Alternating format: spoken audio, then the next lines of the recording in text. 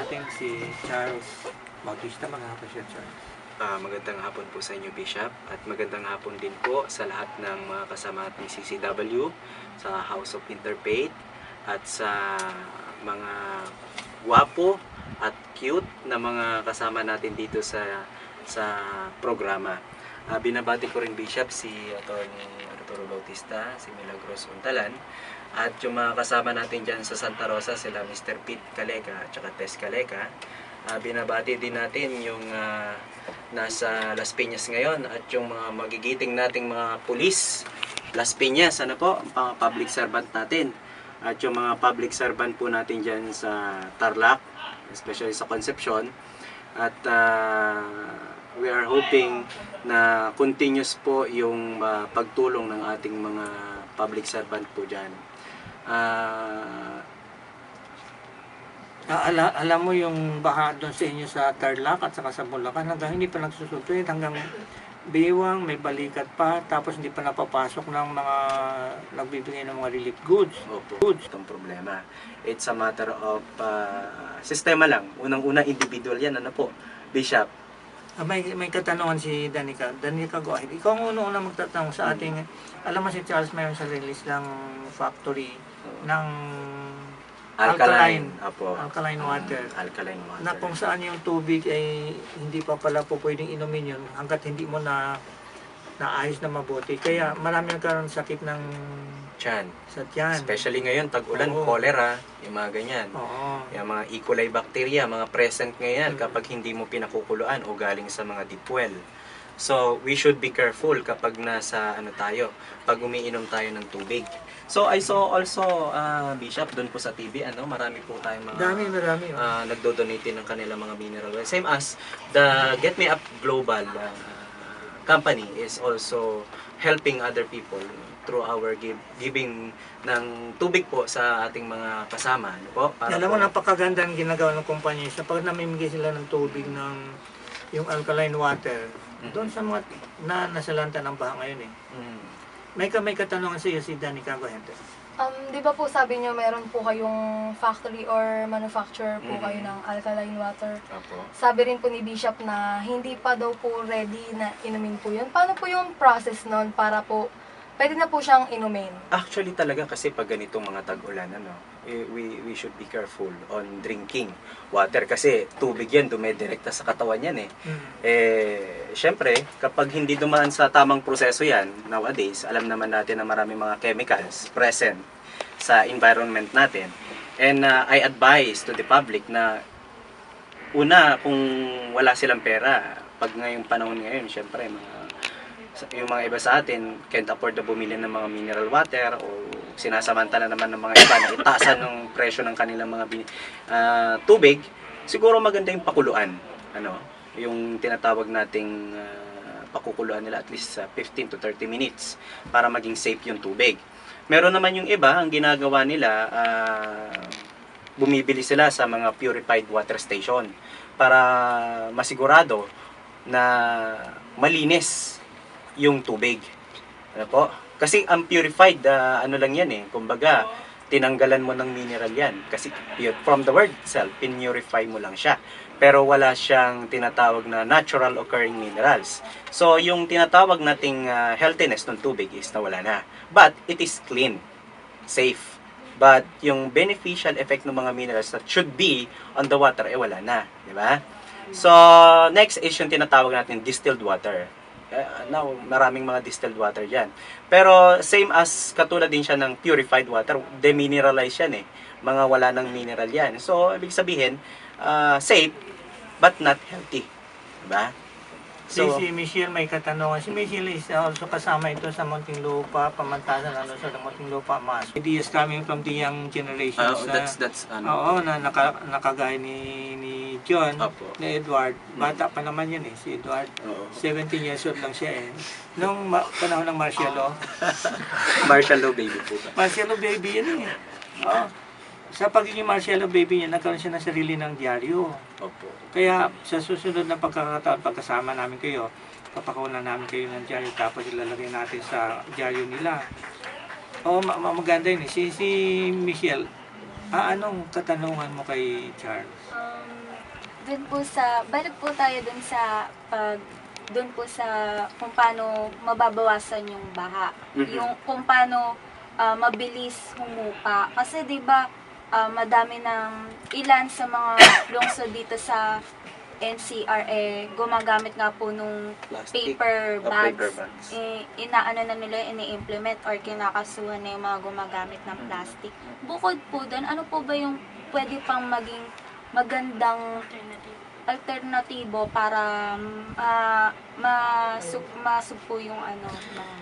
Alam niyo, marami akong naririnig na mga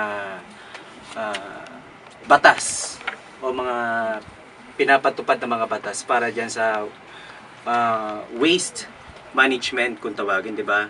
Yung degradable and non-degradable separation ng mga waste natin, mga trash can natin, Bishop, pinaghihiwalay. Ang problema, kahit anong ganda ng sistema o ng implementation nito, kung ang bawat individual ay walang disiplina, I think hindi mababawasan.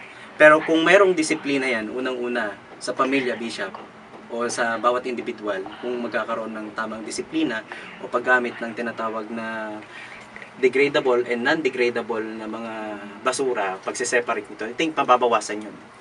Ang mga kasama natin mga Pilipino, pilosopo, alam na nila kung saan ang degradable, pero tatanungin ka pa, kung minsan nagagalit ang...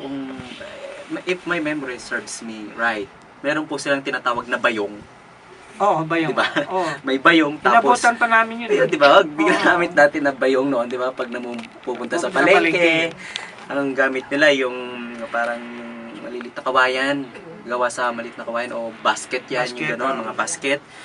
Alam mo, noon pa naman maganda na ang disiplina, bringing ng na. Now, bago na ngayon kasi ibig sabihin na kaakibat ng pag-unlad, yung pag-unlad ng ating bansa o ng kahit sino pa man, yung tinatawag pang-abuso sa kalikasan. Oo, may advantage o disadvantage yan. May dalawang mukha yan. Ngayon, ang gagawin naman natin ngayon, simple lang marami tayong mga pamamaraan tulad ng tinatawag natin para mabawasan yung bahang yan. Instead of separating of this degradable or non-degradable waste, yung tinatawag na sisira ay nabubulok at di nabubulok. Yung Bishop, meron tayong tinatawag na yung government natin ngayon, yung tinatawag nating reforestation. Diba po? Tree planting. Tree planting. Kasi yan yung sumisipsip at nagho-hold ng ating lupa. Di ba? So very maganda yung ganung klase. Actually, the CCW is going to spearhead this kind of project. 1 million trees. 1 million trees. And that project is we're going the CCW, we're going to implement it together with our company. Ganyan din po ang objective ng Get Me Up Global. Siguro itong mga kabata natin galing sa pamantasan ng lungsod ng Muntinlupa can also spearhead in your area. Sabihin nyo sa tatay at nanay niyo, sa inyong mga teachers, Sir, Ma'am, magtatanim po tayo ng puno dito sa ating kapaligiran. Tama. Oo. Sa tabing Totoo. Kasi from 5 years from now, yung mga kaingiro, walang pakialam sa mundo yun Oo nga. At marami na rin nagagalit doon sa mga kaingiro sapagkat kung hindi doon nila tinagpas yung mga kahoy doon sa bundok, hindi sana magkaroon ng ganito kalaking baha dito sa Maynila natin. Yung mga catch basin natin dyan. Yes, catch basin. Nagpunta kami sa Bulacan isang araw, talagang maawa kasi mga tao doon. Unang-una, ang kanilang tinitirahan, lubog. Tama. Pangalawa, wala silang mapaglutuan. Charles, di ba sabi niyo po kayo na individual, di ba? Yung doon sa ganung paraan po, sa sarili natin, ultimo, balat ng candy, di ba? Nakakapagtirapon mo yan sa kalsada, sa daan-daan, kung saan-saan, pwede makabara ng mga drainage, di ba? Tapos yung dito, yung plastic, yung sasabi mo kung paano may encourage yung mga tao na hindi paggamit ng plastic para pagdala ng mga Bishop, gusto ko pong tanungin yung mga kasama nating kabataan dito, no? Go ahead. Kasi malaking puwersa to mga kabataan, maraming organization to, mga Dabarkad, mga ganyan, di ba?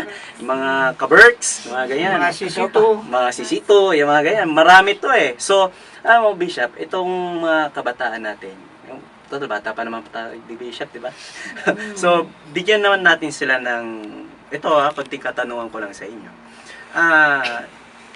bilang isang kabataan, bigyan nyo nga kami ng idea sa age ninyo, sa bracket age ninyo, kung paano kayo makakatulong o yung organization o yung doon sa school, even sa mga magbabarkada. Paano nyo bubuuin yung idea ninyo sa pagtulong sa pagsugpo nitong tinatawag nating mga baha-baha na to. Anyone from the group? Sige, si Danica. Si Danica? Kuya Charles, para sa akin po, kasi ako po ay presidente rin po ng youth sa amin. Wow, that's good.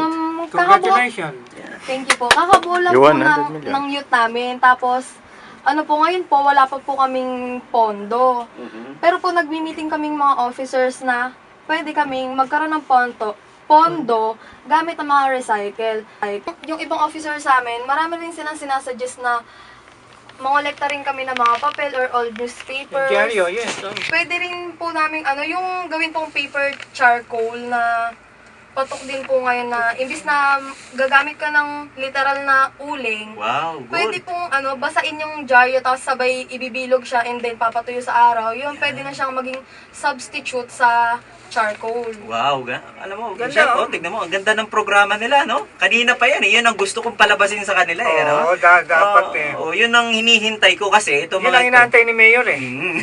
Doon sa Muntinlupa, Oo. at saka sa presidente ninyo sa school, bakit hindi mo ipa-adapt yung ganyang plano ninyo? Oo. So, I-plaster niyo sa inyong school president? I think, Bishop, this kind of program doesn't need any big fund. Wala, oh. But the project itself, we're going to generate itself a fund. Diba? Oo. Yun nga lang, Bishop, gusto ko lang i-suggest sa inyo, total, gusto nyo, yung kanilang program is baso-basura yan eh. Mm. Ay, sa basura may pera, sabi nga nung junk shop eh. Kahit yung mga inject, di ba ho? Kahit maliit yan, pag ipon-ipon mo, madami yan. Alam nyo, mayroon yung, bawa, papasok kayo sa school, ano? Minsan, naglalakad kayo, nasipa ninyo yung dyaryo. Pupulutin nyo ngayon yun. Bah, pwede itong pandagdag doon sa, di ba? Makakatulong ka pa, eco-friendly pa, di ba? So, from that, I think makakatulong. Tama yun. Meron pa ba kayong ibang programa? Alam mo kung ilapit ninyo yan sa inyong school president, sa college president ninyo, napakaganda yung idea tama. niyan eh. That's good. And I think he will buy the idea. Of course. Sapagkat palalaganapin ninyo sa inyong eskwelahan kayo, ang mamumuno, una yung tree planting. Pangalawa, magkakaroon kayo ng sariling pondo dyan eh. Tama. Sapagkat Bishop. yung mga komunidad na hindi pa natatapat, ang akala nila ay naglalaro lang kayo, Tama. ay malalaman nila na you are serious Worth. about what you're going to do and what you're doing. At dito sa media, madali nating i-plug yan eh. Itis ng kabataan tulad ng pakiulit mo nga ulit yung programa ninyo. Para Yung programa po namin is yung iipon-ipunin po lahat ng plastic bottles, kahit ano pong plastic yun galing po sa mga sirang appliances na pwede pong ibenta sa junk shop. Tapos po yung paper charcoal nga po na yung mga old newspapers, mga scratch papers na imbis na itapon, pwede pa nating pakinabangan at pwede rin natin siyang ibenta. Ayun, pwede rin natin siyang gamitin na pansarili sa atin, di ba? Imbis na mag-LPG tayo or bumili pa tayo ng uling, yun na lang po yung gawin Alam natin. mo, Bishop, ang ganda po nun yung sinasabi nilang yung plastic bottles. May nakikita po ako dun sa mga garden, ginagawa nilang paso. Mayroon kami mga Tree kaibigan, planting. mga Koreano na galing sa app. And siguro sabihin mo doon sa inyong teacher, Danica, guest namin kayo next week. Okay ba sa inyo yan?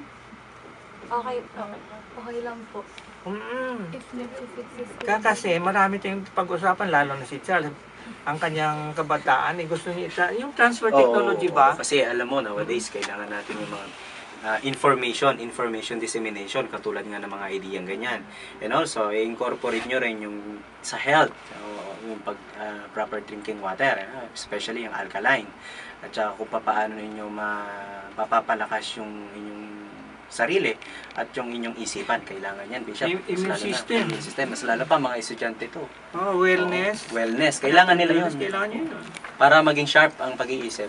And we will give you the right connection to the right people Opo. who can help you with your right project. Why not? Sige, imbitahin ka namin dito. Maalam mo, marami tayong dito sa amin sa DWBL, marami mga broadcasters dito na gustong makita at malaman at madinig ang inyong mga ideas na ganyan na makakatulong sa inyo at makakatulong sa lahat, lalong-lalo na sa Alam mo, mahal namin ang Muntinlupa eh. Mhm. Marami kami miyembro sa CCW na taga Muntinlupa eh. Si Ruth, Maraming salamat din po kay